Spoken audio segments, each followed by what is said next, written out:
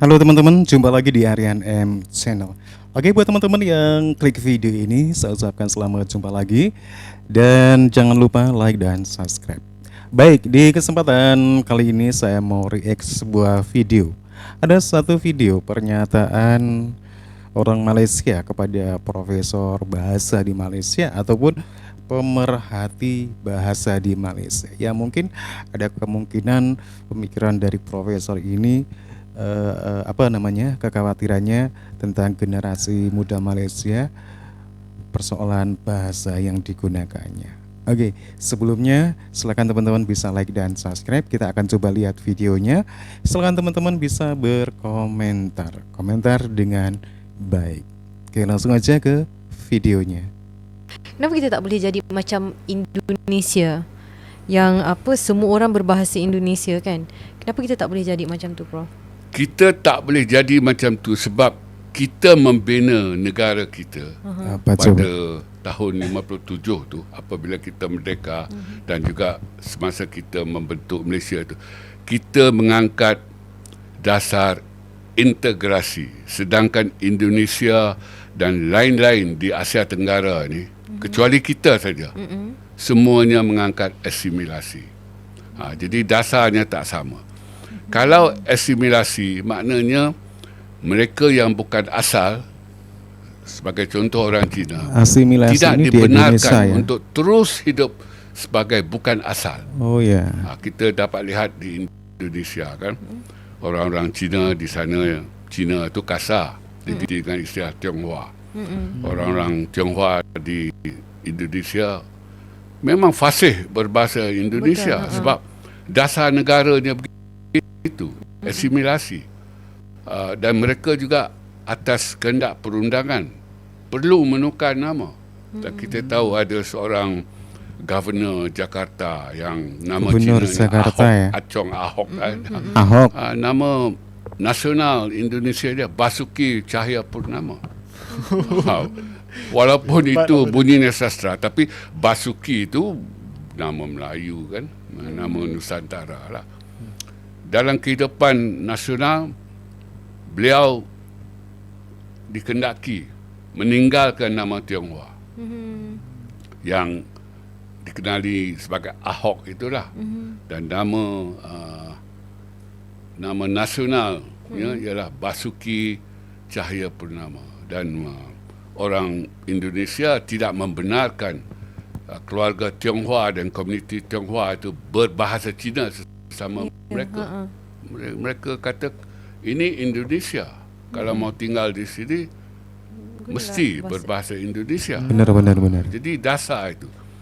Kita memilih integrasi, iaitu kita membenarkan yang bukan asal ini untuk terus hidup sebagai bukan asal, walaupun dalam kehidupan nasional. Seperti orang Cina, mereka ada sekolah. Kita beri nama sekolah bernegara, tetapi nama rasminya adalah sekolah kebangsaan, sekolah negara tu. Jenis kebangsaan, maknanya separuh kebangsaan lah, ala-ala kebangsaan, tapi masih kebangsaan. Jadi selama-lamanya kita tak boleh jadi Indonesia lah, sebab Tak bisa maksudnya dasar ya? kita lain. Dasar bisa. kita Dasar yang integrasi. Oh, Sebenarnya integrasi dengan asimilasi ni dia berbeza jauh, langit dengan bumi. Oh ya.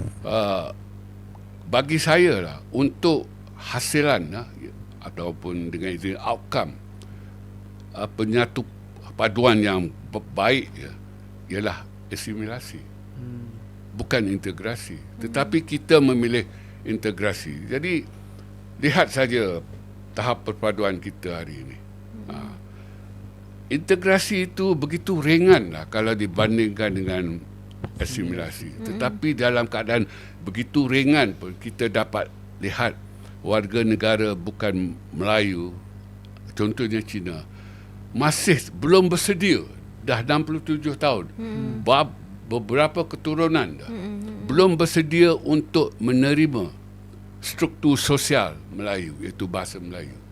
Kalau terima pun untuk lulus peperiksaan saja, tidak lebih daripada itu. Jadi sebenarnya kita ada masalah di negara kita. Seperti yang saya katakan dan selalu saya katakan, kita gagal dalam beberapa aspek pembentukan negara bangsa. Kita nak bentuk manusia Malaysia tu, gagal kita.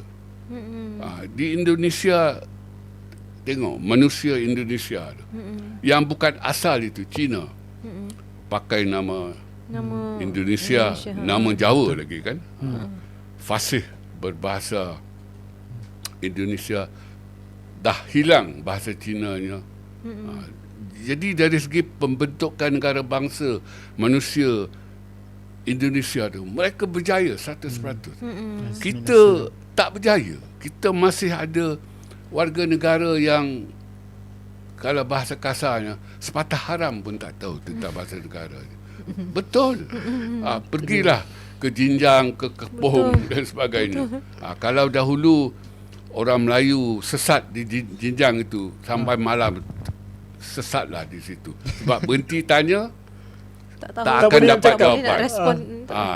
Sebab mereka tak boleh berbahasa Melayu. Jadi sekarang nasib baik ada Waze dan Kalau tidak, kalau dahulu tidurlah kat sana. Prof, sebenarnya macam yalah, apa yang Prof kata tadi mengingatkan saya macam di era zaman universiti lah. Sebab kalau kita lihat macam meskipun ada universiti yang ada menerima pelbagai bangsa dan juga kaum, tapi saya lihat macam kesan penggunaan bahasa ni dia memberi impak kepada paruan. Contohnya macam kalau pelajar-pelajar tu Melayu, kat situ Melayu. Kalau Cina dia Cina je Prof. Dia tak- Dia dia tak bergaul. campur, tak Dia bercampur. macam tak bercampur dengan bangsa lain. Dia dengan bangsa-bangsa macam tu je. Adakah ni sebenarnya memang kesan juga Prof penggunaan bahasa tu sendiri? Ya. Jadi Cina dengan Cina, Melayu dengan Melayu, India dengan India, dan India dengan Cina boleh bergaul lagi lah atas nama bukan Melayu. Jadi ini semua adalah kesan daripada sistem pendidikan kita. Sistem pendidikan kita, khususnya di peringkat sekolah rendah, menggalakkan dan membenarkan pengasingan etnik berlaku pada usia yang cukup muda. Iaitu pada waktu tadika, anak-anak bangsa kita dah dipisah-pisahkan. Yang Melayu ke tadika Melayu Islam, yang Cina ke tadika Cina, yang India ke tadika Tamil. Dan apabila mereka berusia 7 tahun, mereka ke sekolah rendah, itu pun sama. Adakah Prof melihat di situ punca silapnya Prof? Ya, Perpaduan tu. ya. Maknanya polarisasi kaum berlaku pada usia yang cukup muda. Polarisasi ya. Di sekolah rendah. Dan apabila kita nak mencantumkan mereka itu di sekolah menengah, dah tak menjadi.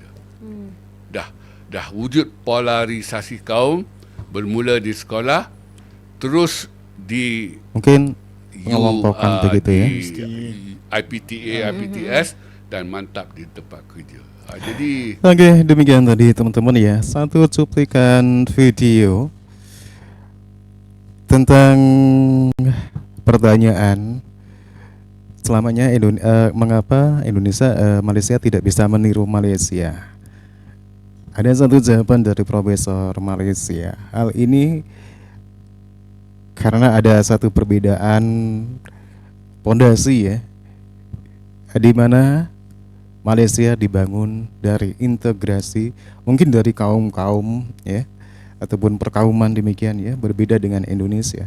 Hal ini menunjukkan satu perbedaan ketika ada orang asing yang datang ke Indonesia misalkan ya, dengan sistem asimilasinya, itu mau tidak mau harus mengikuti peraturan ataupun undang-undang yang ada di Indonesia. Seperti halnya misalkan orang Cina harus memakai nama Indonesia, orang India harus memakai nama India, dan juga berbahasa Malaysia.